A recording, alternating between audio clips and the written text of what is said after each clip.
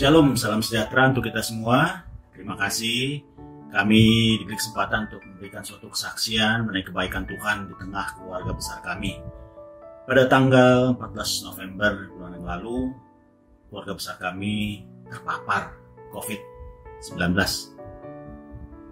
Di rumah ibu saya ada 13 anggota keluarga, dan pada saat tes antigen 8 orang terpapar COVID, dan itu sangat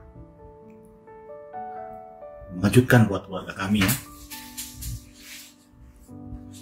Dan untuk memastikan hasilnya, rencananya kita akan melakukan tes PCR supaya akurat, tapi itu baru dapat 2 hari kemudian. Jadwalnya di tanggal 16. Jadi mulai dari tanggal 14 itu, saudara-saudara yang terpapar itu kita pisahkan. Jadi dari 13 anggota keluarga, 8 terpapar, itu diisolasi mandiri di rumah ibu saya. Pada saat menunggu tanggal 16, itu merupakan hari-hari yang luar biasa, di mana kita, keluarga besar, menyatukan hati kita untuk mengatasi pergumulan ini, sehingga kita tidak membuka celah sama sekali untuk roh di luar dari roh Tuhan masuk. Sehingga tiap malam kita melakukan ibadah melalui video call, dan juga di situ kita bisa memuji muliakan Tuhan, sharing, mendengarkan firman Tuhan.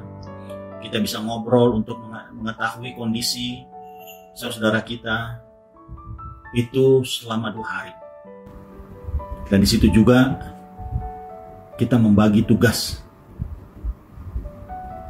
Saudara-saudara kita yang terpapar, yang isolasi mandiri, harus disuplai dengan makanan, minuman yang sehat, obat-obatan, vitamin, untuk meningkatkan imun mereka.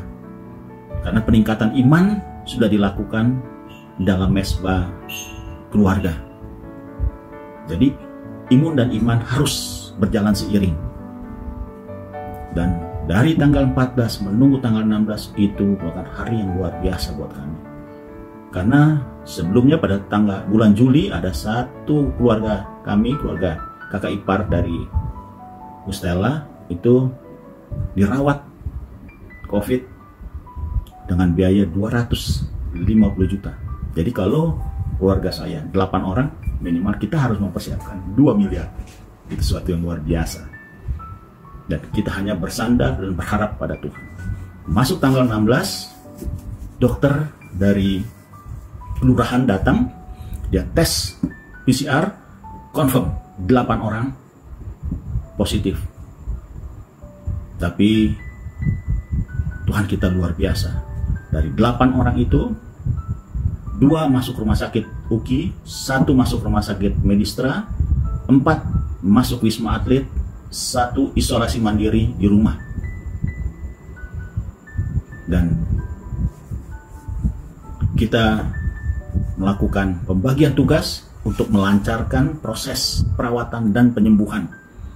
Dan yang bagian mengurus medis, istri saya, dia mungkin bisa berikan tambahan kesaksian. Bagi kami, khususnya bagi saya pribadi, kita punya dokter dari di atas segala dokter yang bisa kita andalkan dalam berbagai kesulitan, khususnya dalam hal ini.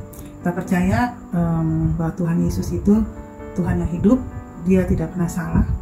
Dia selalu memberikan kekuatan bagi kita, menjawab doa kita melebihi apa yang kita minta. Saya percaya seperti di Efesus 3 ayat 20 disampaikan bahwa bagi Dialah yang dapat melakukan jauh lebih banyak daripada yang kita doakan atau pikirkan, seperti yang ternyata dari kuasa yang bekerja di dalam kita. Ia adalah ya dan amin. Ya, kita mengaminkan bahwa Dia sanggup menolong dan memberikan jalan keluar tepat waktu. Dan khususnya di saat itu kami juga melihat kuasa Tuhan yang luar biasa, di mana mama saya bisa mendapatkan satu kamar dengan kakak ipar saya. Kakak ipar saya adalah seorang bapak Itu juga satu mukjizat ya, karena dia tidak dipisahkan sendiri, yang merupakan kekhawatiran kami, dan bisa dimonitor oleh kakak ipar saya. Dan luar biasanya lagi, itu kita nyatakan bahwa kalau kita berdoa dengan sungguh, ada kesatuan hati di dalam keluarga, maka tidak ada doa yang tidak terjawab. Allah turut bekerja dalam segala hal untuk mendatangkan kebaikan bagi mereka yang mengasihi Dia, mereka yang terpanggil sesuai dengan rencana dan kehendak Allah. Kita aminkan, karena kita melihat betapa perkembangan yang luar biasa, pertolongan Tuhan yang luar biasa dari mama saya, sehingga ia bahkan negatif lebih awal daripada kakak ipar saya, dan ia boleh pulang dijemput, waktu itu Boni yang jemput, walaupun dengan ambulans dia pulang, dan dia negatif lebih awal daripada yang kakak ipar saya. Luar biasa pertolongan Tuhan. Dan di 2 minggu setelah itu, tepatnya mereka semua negatif ya. Itulah pertolongan Tuhan.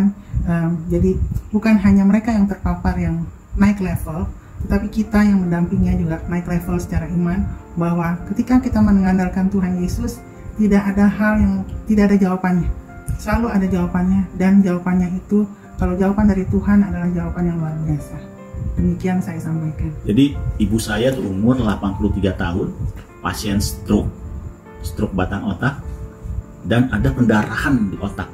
Sampai saat ini belum dioperasi, jadi masih ada darah menggumpal di otaknya. Kakak saya itu pasien jantung dan diabetes.